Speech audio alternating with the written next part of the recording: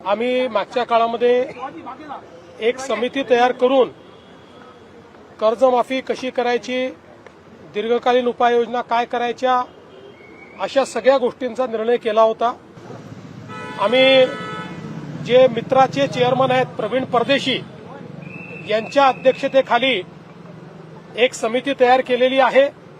त्या संदर्भात आम्ही असा निर्णय आज केला आहे की एप्रिल महिन्याच्या पहिल्या आठवड्यात या कमिटीने आपलं कामकाज पूर्ण करावं आणि आम्हाला कर्जमाफी कशी करायची, त्याचे काय निकष ठरवायचे या संदर्भातला एक अहवाल द्यावा आणि या अहवालावर कर्जमाफीच्या संदर्भातला जो निर्णय आम्हाला करायचा आहे तो 3 महिन्यात म्हणजे 30 जून 2026 पूर्वी करण्याचा आम्ही निर्णय केलेला आहे।